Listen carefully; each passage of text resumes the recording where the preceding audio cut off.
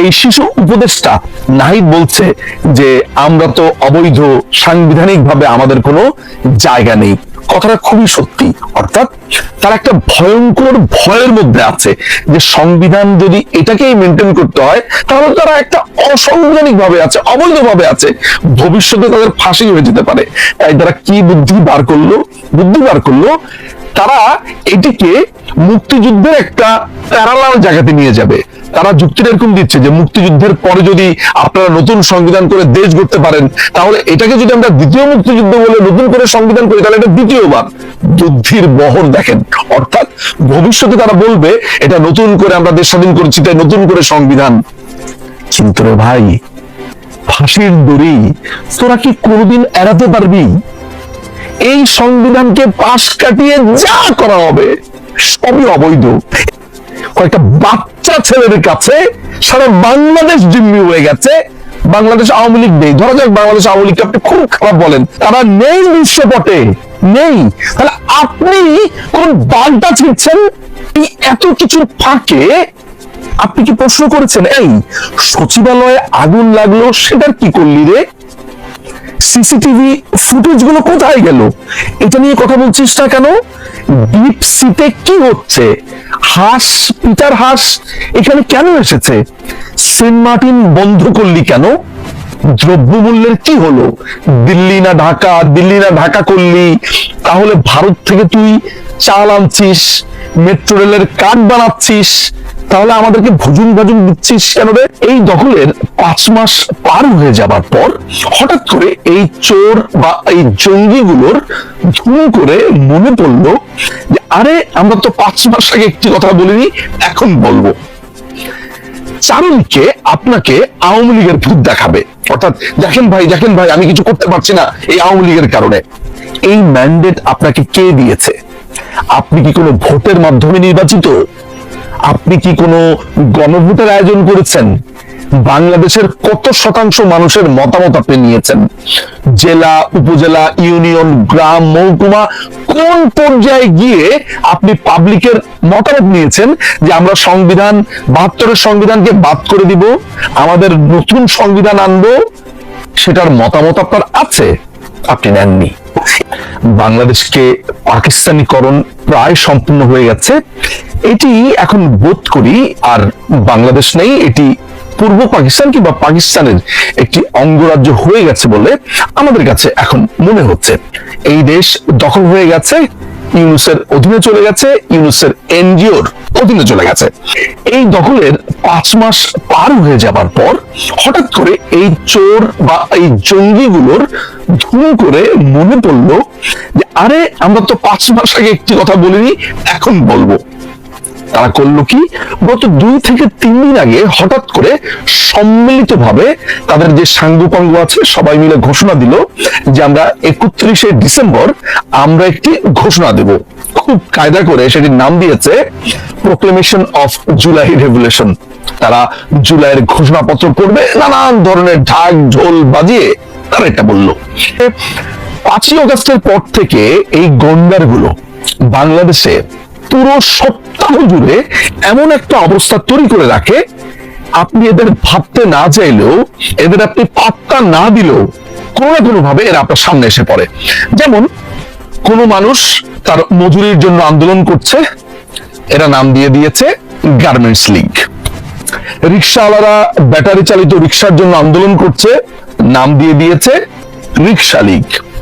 আনসাররা তাদের অধিকারের জন্য আন্দোলন করছে, শ্রমিক, যেই লোকটাই কোনো একটা আন্দোলন করছে। এমনকি জুলাই ঘটনাতে এই জামাত শিবিরের সহিংসতাতে আহত বিভিন্ন মানুষ যখন হাসপাতালে কাতরাচ্ছে, তারা বেশি কেন কাতরালো, তারা কেন টাকা চাইলো, এদের নাম দিল যে এরা আসলে আওয়ামী লীগের কর্মী ছিল, এরা এখন জুলাইয়ের পক্ষের লোক বা লাল পতাকার পক্ষের লোক সেজেছে, এমনও বলেছে। অর্থাৎ চারুলকে আপনাকে আওয়ামী লীগের ভূত দেখাবে।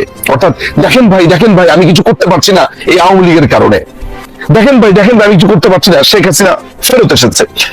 নানান ভাবে আপনাকে আওয়ামী লীগের ভূত দেখাচ্ছে, আওয়ামী লীগের গল্প আপনাকে বলছে, আর তাদের মুখের মধ্যে তো আছেই ফেসিজম, ফেসিস্ট, নানান ধরনের কথাবার্তা।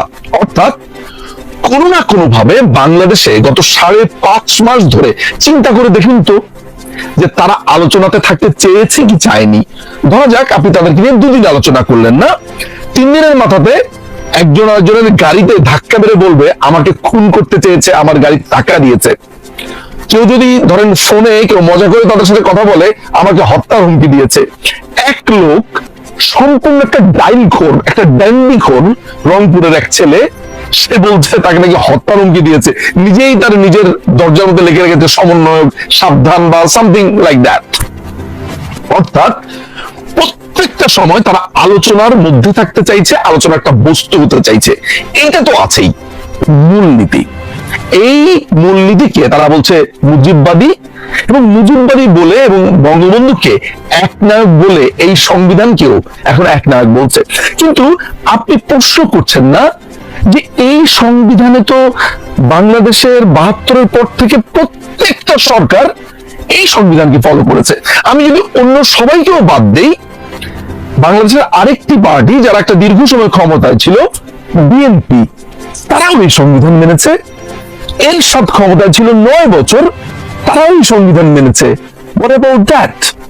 এবং এই সংবিধান নিয়ে প্রচুর আলাপও হয়েছে তার পক্ষে, এরাই বলেছে হচ্ছে এই যে আপনি ক্ষমতা দখল করলেন, এই যে আপনি নতুন করে সংবিধান আনতে চান, যেটা আগামীকালকে খুব সম্ভবত ঘোষণা দেওয়া হবে, ফরহাদ মজার এটা বারবার বলে আসছে, এই ম্যান্ডেট আপনাকে কে দিয়েছে?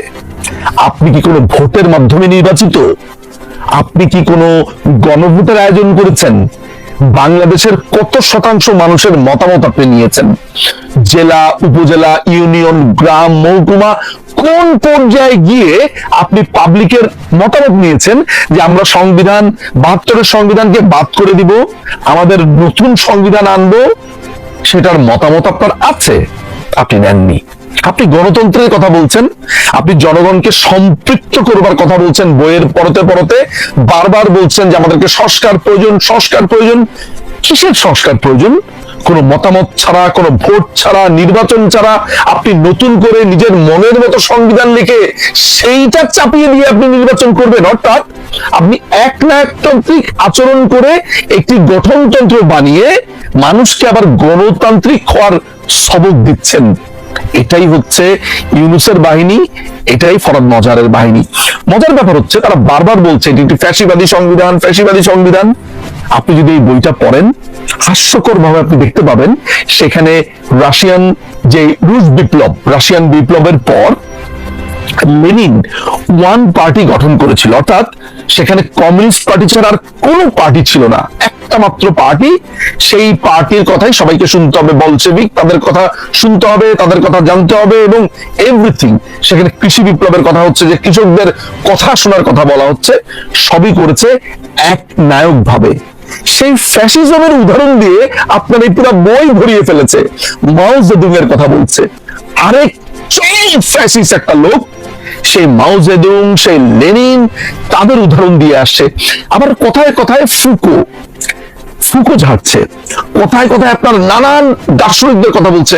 প্রত্যেকেই পাশ্চাত্যের দার্শনিক, 100 বছর, 200 বছর, 60 বছর, 70 বছর আগের দার্শনিকদের কথা কথায় কথায় তার উদাহরণ দিচ্ছে। এই যে বললাম লেনিনের উদাহরণ, যে নিজেই ছিল একটা একনায়ক, আপনাকে একনায়কের উদাহরণ দিয়ে বই লিখছে, সেই থিওরি আবার মানতে বলছে, সেই থিওরি আবার বাংলাদেশে পালন করতে বলছে, আবার নিজেরাই সংবিধান বানিয়ে আবার বলছে যে আমরা আবার জনগণের মতামত নেব। কিন্তু তা হচ্ছে না। এই হচ্ছে এদের পুরো চিন্তাধারা। এখন এই 31 তারিখে তারা যেটা করতে যাচ্ছে, অর্থাৎ সংবিধানকে রদ করা, সংবিধানকে বাতিল করা, কেন? কারণ হলো কিছুদিন আগে তারা চেষ্টা করেছিল যে রাষ্ট্রপতি শাহাবুদ্দিন চুপ্পু সাহেবকে তার পদ থেকে অপসারণ করবে। সাংবিধানিক ভাবে তারা সেটা পারছে না, এবং এও জানে যে বাংলাদেশে এখন বর্তমানে প্রধানমন্ত্রী হিসেবে মাননীয় প্রধানমন্ত্রী শেখ হাসিনাই আছেন, কেননা তিনি কোনো রেজিগনেশন দেননি। অর্থাৎ তারা কিন্তু বারবার বলছে যে বলছে এবং বুঝতে পারছে যে তারা অবৈধ। এই যে এরা গণতন্ত্রের কথা বলছে, এরা নিজেদেরকে বারবার মুক্তিযুদ্ধের একটা প্যারালালি বলছে, অর্থাৎ মুক্তিযুদ্ধকে ভুলে যেতে হবে, এটাই হচ্ছে নতুন মুক্তিযুদ্ধ। এই যে বলছে, এই যে তাদের প্রতি অশ্রদ্ধা, বঙ্গবন্ধু কন্যা সবার আগে এই রাজাকারের বাচ্চাদের চিনতে পেরেছিল। মুক্তিযুদ্ধের ব্যাপারে ও কি বলছে, অর্থাৎ রাজাকাররা যা করেছে এটা সঠিক ছিল, এটা হচ্ছে হাসনাত। আর ইশাক বলছে সো কল্ড মুক্তিযোদ্ধা এবং মুক্তিযোদ্ধাদের সে বিচার করতে চায়। এই ছেলেপেলেগুলো এই সহিংসতা করেছে, তারা এখন ক্ষমতাতে। এটা চিনেছে বঙ্গবন্ধু কন্যা, আপনারা চিনতে পারেননি। এখন এই লোকগুলো, অর্থাৎ তাদের দীক্ষাগুরু বলছে গণতন্ত্রের কথা, একে ফ্যাসিস্ট বলছে, তাকে ফ্যাসিস্ট বলছে, চারিদিকে শুধু ফ্যাসিস্ট আর ফ্যাসিস্ট। অথচ সে বাংলা একাডেমির একটি প্রোগ্রামে ভাষণ দিতে গিয়েছে, তার বোরিং আলাপের কারণে পাবলিক তার ভাষণ শুনছে না। সেই অধিকার তাদের পূর্ণভাবে আছে। একটা বোরিং কথা বলছেন, ফালতু কথা বলছেন, আজে বাজে কথা বলছেন, আপনার কথা শুনবো না। সে ধমক দিয়ে উঠেছে, আমার কথা শুনতে হবে, এই কথা শুনছো না কেন, বের হয়ে যাও। বের হয়ে এসেছে তার এই রুদ্রমূর্তি, অর্থাৎ তার কথা জোর করে হলেও শুনতে হবে। একটা সামান্য প্রোগ্রামে যিনি জোর করে কথা শোনান, তিনি সারা বাংলাদেশের মানুষকে ঠিক কেমন রাখবে, বা এই দীক্ষাগুরুর গন্ডাররা এই দেশ কিভাবে চালাবে বুঝতেই পারছেন। অর্থাৎ বাংলাদেশকে ওরা মনে করছে যে ওদের একটা, যে ছোট বাচ্চারা খেলে না, আপনার ক্লে দিয়ে ল্যাবে বানানো কিছু ক্লে টাইপের আছে, কেউ ঘর বানায়, কেউ গাড়ি বানায়, বা এটাকে আবার ভেঙে আপনি আবার ধরা যাচ্ছে যে আপনি মানুষ বানিয়ে ফেলতে পারেন। অর্থাৎ এই বাংলাদেশকেও তারা এই কাদামাটির মতো ভেবেছে যে কখনো আমি সংবিধান চেঞ্জ করব, কখনো আমি এটা করব, কখনো ওটা করব। এই এত কিছুর ফাঁকে আপনি কি প্রশ্ন করেছেন, এই সচিবালয়ে আগুন লাগলো সেটার কি করলি রে? সিসিটিভি ফুটেজ গুলো কোথায় গেল? এটা নিয়ে কথা বলছিস না কেন? ডিপ সিতে কি হচ্ছে? হাঁস, পিটার হাঁস এখানে কেন এসেছে? সেন্ট মার্টিন বন্ধ করলি কেন? দ্রব্যমূল্যের কি হলো? দিল্লি না ঢাকা করলি, তাহলে ভারত থেকে তুই চাল আনছিস, মেট্রো রেলের কার্ড বানাচ্ছিস, তাহলে আমাদেরকে ভুজুং দিচ্ছিস কেন রে?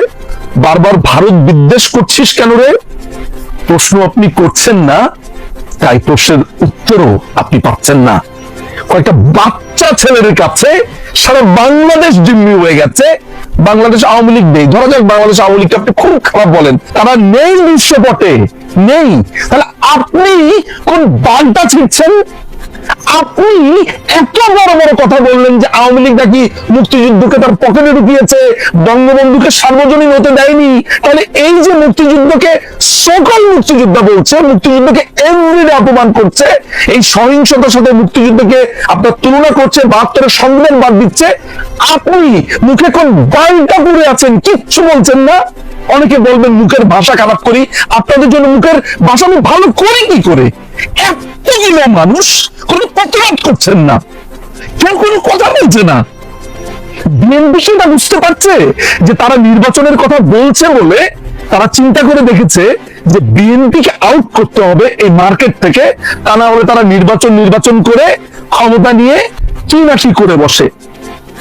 বুঝতে পারছেন পুরো ঘটনা কোন দিকে যাচ্ছে, কি হচ্ছে না হচ্ছে? এই 31 তারিখে আর কিছুই না, শুধু নিজেদের ক্ষমতাকে একটা দীর্ঘ সময়ের জন্য বাংলাদেশের